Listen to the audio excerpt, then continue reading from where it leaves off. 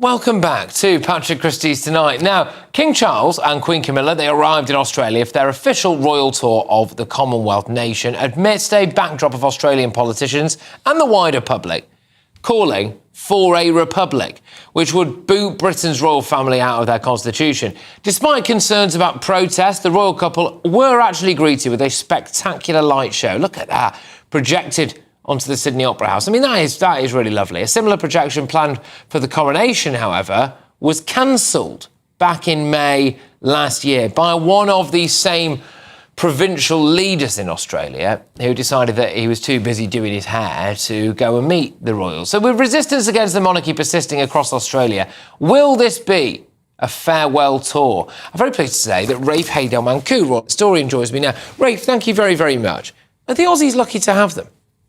Absolutely. The clear, simple state of the situation is that Canada, Australia and New Zealand are three of the world's most prosperous, most stable countries, highest quality of life, ranking in the top 10.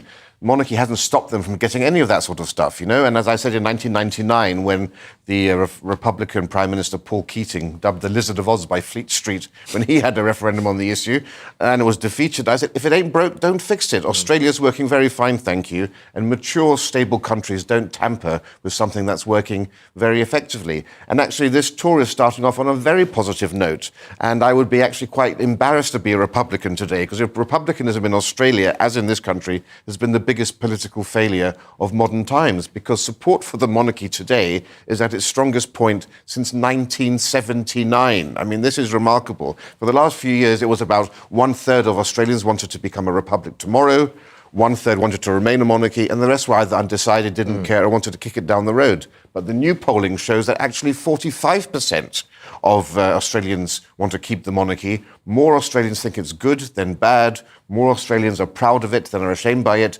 And a majority of Australians have a positive attitude towards the monarchy. That's despite the Republicans telling us, oh, well, you know, when Her late Majesty Queen Elizabeth II dies, inevitably Australia will become a monarchy. This is egg in the face for the Republicans. Are they like Just Stop Oil, just a fringe group of, you know, quite at times mentally unhinged individuals who decide that they want to make a lot of noise, but actually they don't have a huge basis in a popular political movement? Well, you have to be rather an odd person to make an Australian republic your main sort of interest in life, I would say, in terms of the devotees of the Republican movement over there. But more broadly, what we're seeing in Australia is exactly what we've seen elsewhere. There's an elite attitude towards our institutions, and there's what the great Australian public like and believe. So the current government, Anthony Albanese, you know, from the Labour Party, they're far-left radicals. You know, 5 of the 6 state governors, state premiers in Australia are also from the left. Yep. Look, it was Anthony Albanese's policy to make Australia into a republic. That's now gone onto the back burner. Why? Because they had a humiliating defeat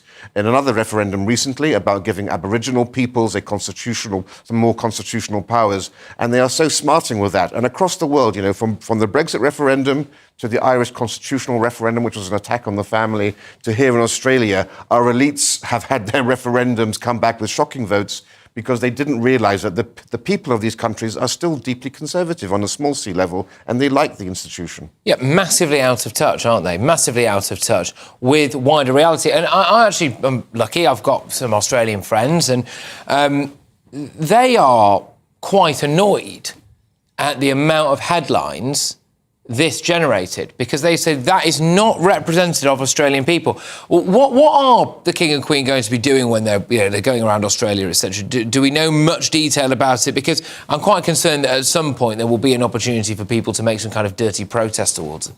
There'll be one opportunity when the King does have a sort of a walkabout and meets people around Sydney Opera House. But essentially, this is a very, very carefully managed trip because of the King's health. So essentially, he's only having day events, and they're very few and far between. So there's no great evening activities that are taking place, no dinners and so forth. So there aren't many opportunities for members of the public to meet His Majesty on this occasion. But it's hugely important because this is the first time that the King has gone there as King of Australia. He's not going there as King of Britain Britain. He is there as King of Australia. This is being paid for by the Australian government, not by the British government. And it's the first visit since 2011 of a reigning Australian sovereign.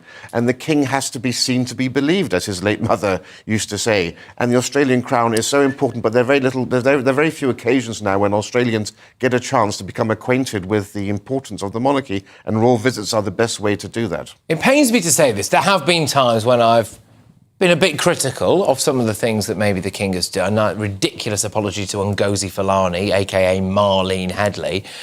There was also this idea that he's been a bit, OTT, in my view, with some of the eco stuff. I mean, didn't they fly commercially for a leg of this journey and then get into a private jet at the last point? I'll be honest with you, I don't think our King, who is ill, should be flying commercial.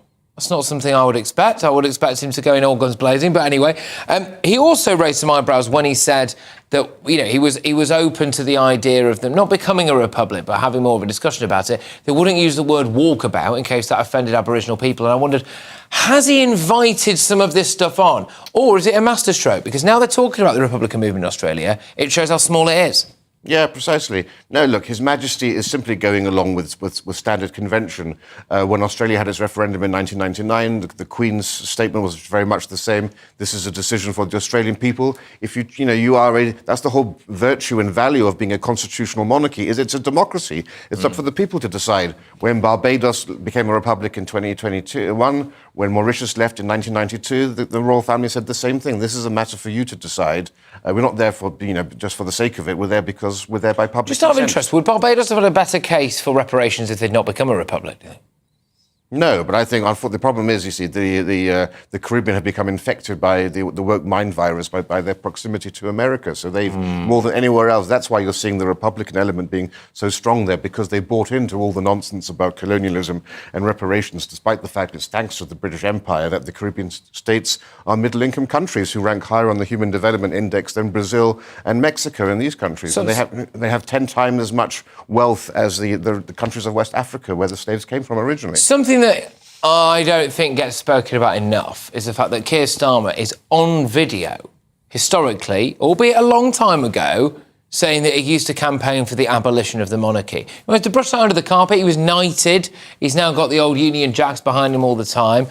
Is that potentially a problem? I think it's a huge problem. Leopards don't change their spots, no matter what they say in public. And I would have to say also that applies to the last Prime Minister but one. Liz Truss, remember, as a Lib Dem at the convention there, also said that she wanted to have an abolition of the monarchy. The fact is, this just gives more evidence to the idea that our elites are members of the uniparty, in many ways completely disconnected from the great British public, who, of course, we know from all of the polling, the overwhelming majority of the British public support the monarchy. And it's just yet another example of that great disconnect and how our elected leaders do not reflect the values of the rest of us. Right.